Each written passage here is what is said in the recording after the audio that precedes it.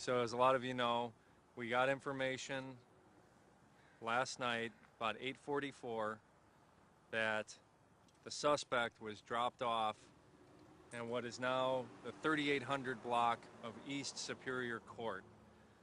If you take this road here, it kind of winds down the hill, and it's in that, it's in that 100 block there. The information we had was the suspect was dropped off at a residence there by a vehicle. Patrol immediately responded, started to set up containment. The SWAT team was called out. Negotiators were called out. Pierce County Sheriff's Office was notified. They sent investigators as well. We surrounded the place, and part of what took so long tonight, besides the fact that obviously the gravity of the situation and the extreme danger that this suspect posed to the community, to officers, to everybody, as we began a very methodical search toward the residence we believed he was at, we actually were requested by other neighbors and residents in the area to search their houses and search other areas that they thought he could possibly be. So out of the protection for all the community and the protection of those folks living in the area, we searched everywhere we were asked to search, a very methodical search of many different dwellings, many different residences, and upon each one of those searches, again, suspect was not found. We continued to do that. Suspect was not found.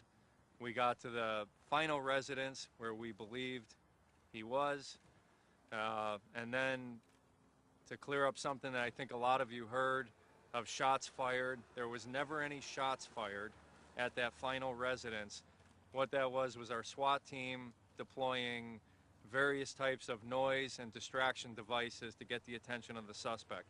Throughout this entire affair, our negotiators were on bullhorns trying to get the suspect's attention to get him to talk to us.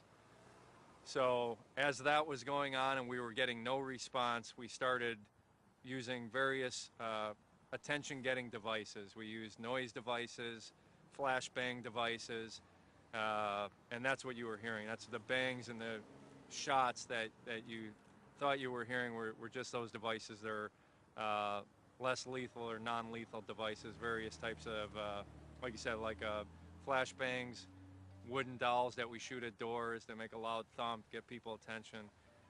Anyhow, none of that was working. We were getting no response. So then we deployed various chemical irritants into the residence. That went on for a while, still no response. Then we used our robot, which is equipped with cameras. That robot approached the residence, and it has the ability to essentially survey and scan the area. The robot did that. Then it went all the way up to, my understanding, it made a partial entry into the primary residence that we were concerned about, and continued to survey and scan as best it could. Of course, that has a limited scope. Still nothing.